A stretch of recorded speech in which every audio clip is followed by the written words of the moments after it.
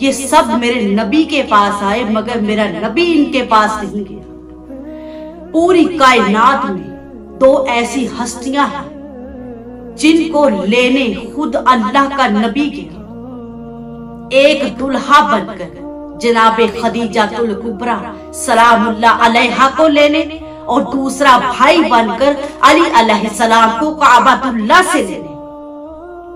یہ 2 ہستیاں تھیں۔ پھر رسول اللہ صلی اللہ علیہ وآلہ وسلم نے امام علی علیہ السلام کی فضیلت میں ارشاد فرمایا، مثل علی مثل الکعبۃ، علی کی مثال کعبہ کی مثال ہے۔ پھر اللہ تعالیٰ نے کعبہ کے متعلق قرآن مجید میں ارشاد فرمایا، بے بکۃ مبارکم و ھدی للعالمین، بابرکت ہے اور ہدایت ہے عالمین کے لیے، یعنی کعبہ ہدایت ہے عالمین کے لیے۔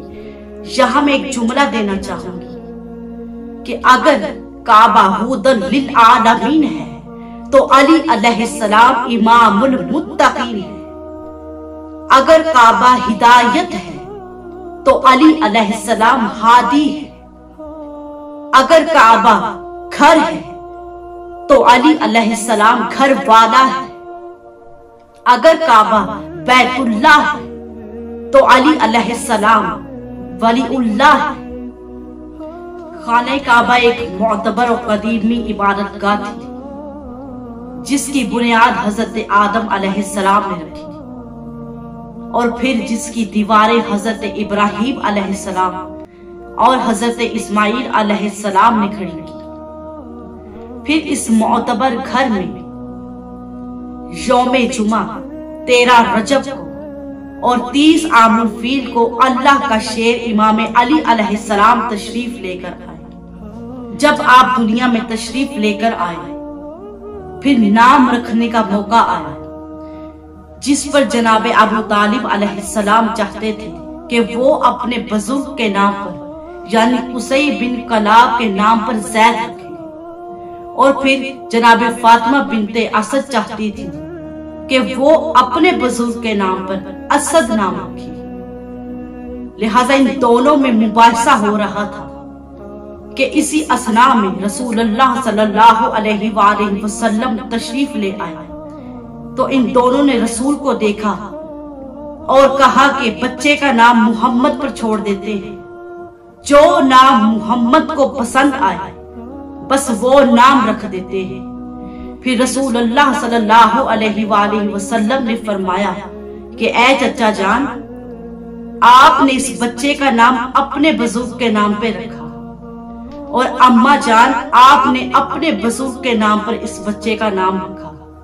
اگر میرے پر چھوڑ رہے ہیں تو پھر میں اس بچے کا نام اپنے بزرگ کے نام پر رکھوں گا، کیونکہ میرا بزرگ ہے خدا، اسی لیے میں اس بچے کا نام اللہ کے نام پر علی رکھوں گا۔ کیا فضیلت تھی میرے مولا علی علیہ السلام کی کہ وہ جب دنیا میں آئے تو اللہ کے گھر میں آئے، اور پھر جب نام رکھنے کا موقع آیا پھر اللہ کے نام پر مولا علی کا نام رکھا گیا۔ اسی مقام پر امام علی علیہ السلام کا ایک فرمان یاد آ گیا۔ امام علیہ السلام نے فرمایا کہ میرا نام اللہ کے نام پر رکھا گیا، وہ علی ہے اور میں علی ہوں۔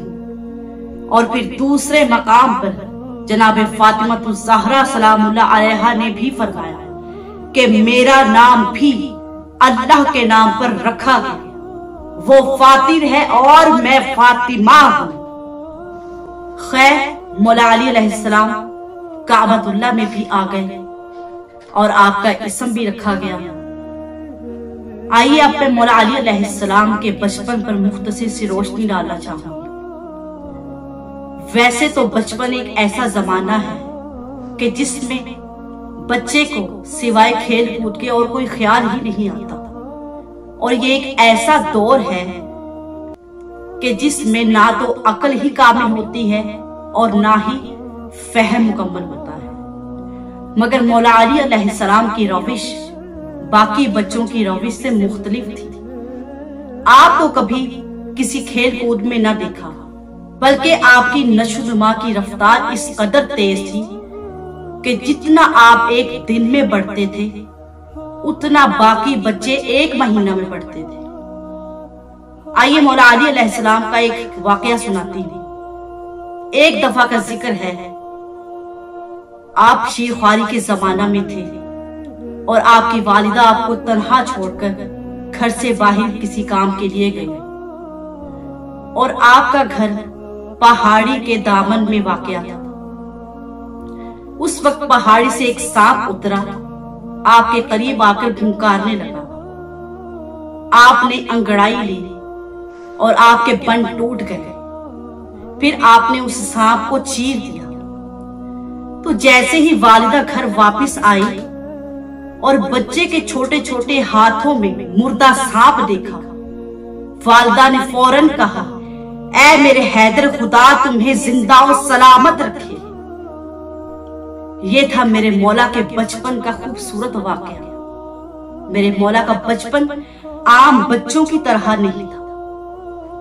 اب مولا علی علیہ السلام کعبہ میں بھی آ گئے، آپ کا اسم بھی رکھا گیا اور جھولے میں پہنچے تو پہلا لقب بھی مل گیا، جو کہ آپ کی والدہ ماجدہ جناب فاطمہ بنت اسد نے دیا۔ کون سا لقب؟ حیدر، جس کے معنی ہے شیر۔ یہ لقب مولا کو عمر کے اس حصے میں ملا جہاں پر کوئی بھی لقب حاصل کرنے کا تصور نہیں کر سکتا، مگر میرے مولا علی علیہ السلام کو یہ لقب جھولے میں ہی مل گیا۔ اور یہ وہ لقب ہے جو ملا تو جھولے میں تھا، مگر گونجا تو خیبر کے میدان میں گونجا۔ الامان۔ صلح حدیبیہ کے بعد ہجرت کے 7ویں سال کے آغاز میں رسول اللہ صلی اللہ علیہ وآلہ وسلم نے خیبر پر چڑھائی کا قصد کیا، اور یہاں میں آپ کے علم میں اضافہ کر دیتی ہوں۔ خیبر جو ہے عبرانی زبان کا لفظ ہے جس کے معنی ہے قلعہ و حصار، یعنی جنگ خیبر کے دوران امام علی علیہ السلام کی آنکھوں میں درد تھا اور آنکھوں میں سوزش تھی، اور دوسری جانب ہمارے کچھ لوگ شکست کھا چکے تھے، اور اس شکست کو دیکھ کر فوج میں بددلی پیدا ہو گئی۔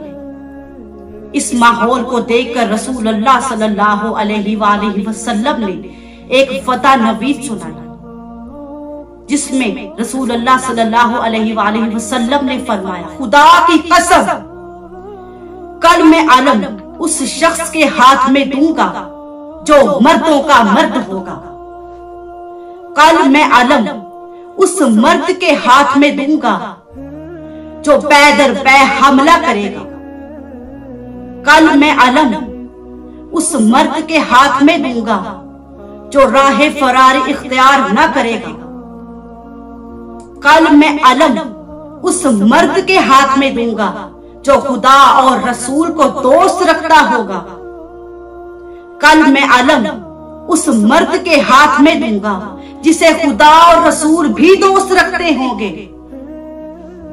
یہ سننا باقی تھا کہ صحابہ میں ایک امنگ جاگ گئی، اور ہر صحابی یہ سوچنے پر مجبور ہو گیا کہ ہی وہ شخص میں تو نہیں کہ جس کے ہاتھ میں کل علم ہوگا، اور کوئی یہ سوچنے لگے کاش وہ مرد میں ہوتا کہ جس کے ہاتھ میں یہ علم ہوتا۔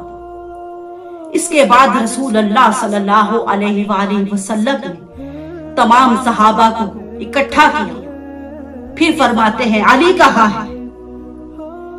تو سارے صحابے حیران رہ گئے، کیونکہ مولا علی اس دوران بیمار تھے اور مولا تو جنگ خیبر میں بھی موجود نہیں تھے۔ تو ہر صحابی حیران ہو گیا۔ صحابہ نے کہا، یا رسول اللہ، علی تو چشم آشوب میں مبتلا ہے۔ مگر پھر رسول صلی اللہ علیہ وآلہ وسلم نے فرمایا، کسی کو بھیجو اور علی کو بلواؤ۔ تو جیسے ہی امام علی علیہ السلام رسول صلی اللہ علیہ وآلہ وسلم کے پاس آئے تو رسول نے اپنا لعاب علی کی آنکھوں پر لگایا تو علی علیہ السلام کی آنکھیں صحیح ہونا شروع ہوئی۔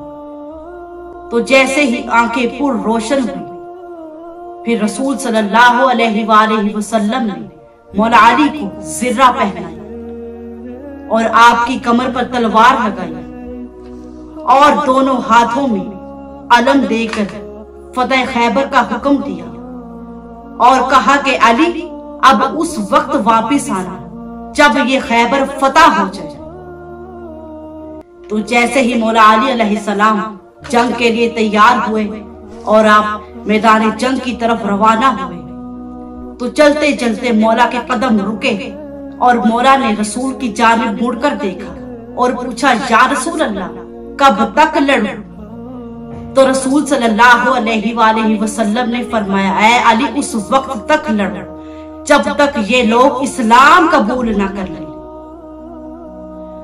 اب ادھر سے مرحب میدان میں آیا اور ادھر سے مولا علی علیہ السلام میدان میں گئے، تو مرحب نے رجس پڑا اور کہا کہ اہل خیبر جانتے ہیں میں مرحب ہوں اور جو ہتھیار بند بہادر اور آزمودہ کار ہے۔ پھر اس کے بالمقابل امام علی علیہ السلام نے رجس خوانی کی۔ امام علیہ السلام نے فرمایا کہ میں وہ ہوں کہ میری ماں نے میرا نام حیدر رکھا، میں وہ شیر نر ہوں جو جنگل میں ڈراؤنا نظر آتا ہے، جس کی کلائیاں مضبوط اور گردن موٹی ہے۔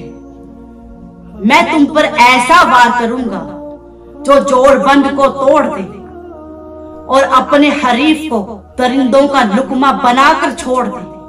پھر امام علی علیہ السلام نے اپنی تلوار سے ایسا وار کیا جو سر کو چیرتی ہوئی جبڑوں تک اتر آئی۔ اللہ اکبر! اور یہ اثر مولا کو جو ان کی ماں نے لقب دیا، یہ اس لقب کا اثر تھا۔ اور باپ یعنی حضرت ابو طالب علیہ السلام نے بیٹے کی پرورش اس بنیاد پر کی کہ میرا بیٹا بڑا ہو کر توحید و رسالت کی محافظت کرے گا۔ ایک موقع پر رسول صلی اللہ علیہ وآلہ وسلم اصحاب میں خطاب فرما رہے تھے کہ اس لمحے ابو جہل آیا اور آپ کی شان میں گستاخی کرنے لگا۔ معاذ اللہ آپ کو کہنے لگا کہ اے محمد مجھے آپ کی شکل اچھی نہیں لگتی، معاذ اللہ۔ پھر اسی لمحے میں امام علی علیہ السلام ابو جہل کی مخالفت میں آئے اور آ کر کہتے ہیں کہ اے اللہ کے نبی، یہ آفتاب و مہتاب کیا روشن ہے جیسے آپ کا چہرہ روشن ہے۔ پاس ہی میں ایک صحابی بیٹھا تھا، اس نے رسول صلی اللہ علیہ وآلہ وسلم کو سوال کیا کہ یا رسول اللہ مجھے بتائیے کہ ابو جہل نے آپ کی توہین کی، آپ نے اسے کہا کہ تو ٹھیک کہتا ہے، اور پھر اسی لمحے میں علی علیہ السلام نے آپ کی تعریف کی، آپ نے علی کو بھی یہی کہا کہ آپ ٹھیک کہتے ہیں، یا رسول اللہ ماجرا کیا ہے؟ تو رسول صلی اللہ علیہ وآلہ وسلم نے فرمایا، سنو، میں اللہ کا وہ آئینہ ہوں جو جس میں جیسا دیکھے گا اسے ویسا ہی نظر آئے گا۔ اب میں یہاں ایک جملہ دینے جا رہی ہوں، یعنی رسول اللہ کا وہ آئینہ ہے جو جس میں جیسا دیکھے گا اسے ویسا ہی نظر آئے گا۔ یعنی ابو جہل نے رسول کو دیکھا تو اسے اپنی جہالت نظر آئی، اور علی نے رسول کو دیکھا تو اپنی امامت نظر آئی۔ یہ ہے میرے مولا کا فضائل۔ اور اب میں اپنی اختتامی گفتگو پر ایک حدیث بیان کرنا چاہتی ہوں جس سے آپ اور میں مشترکہ واقف ہیں۔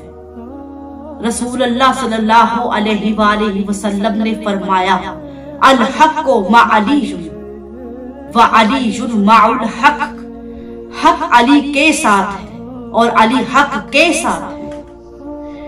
یعنی جہاں جہاں حق ہوگا وہاں وہاں علی ہوں گے، اور جہاں جہاں علی ہوں گے وہاں وہاں حق ہوگا۔ اگر کوئی علی علیہ السلام کی مخالفت میں آئے تو سمجھنا علی حق پر ہے، اور اگر علی علیہ السلام کسی کی مخالفت میں آئیں تب بھی سمجھنا کہ علی حق پر ہے۔ اور یہ پیمانہ ہمیں رسول اللہ صلی اللہ علیہ وآلہ وسلم دے کر گئے ہیں کہ تم علی کی پیروی کرتے رہنا اور راہ حق سے نہ بھٹکنا۔ اور میں دعا کرتی ہوں کہ پروردگار عالم 14 معصومین کے وسیلے سے تمام شیعان علی علیہ السلام کو، محبان علی علیہ السلام کو سیدھے راستے پر مقیم رکھنا اور ہمیں تمام برائیوں سے روکنا اور ہمیں ولایت علی علیہ السلام پر چلنے کی توفیق عطا فرما۔ الہی آمین۔ وما علینا الا البلاغ المبین۔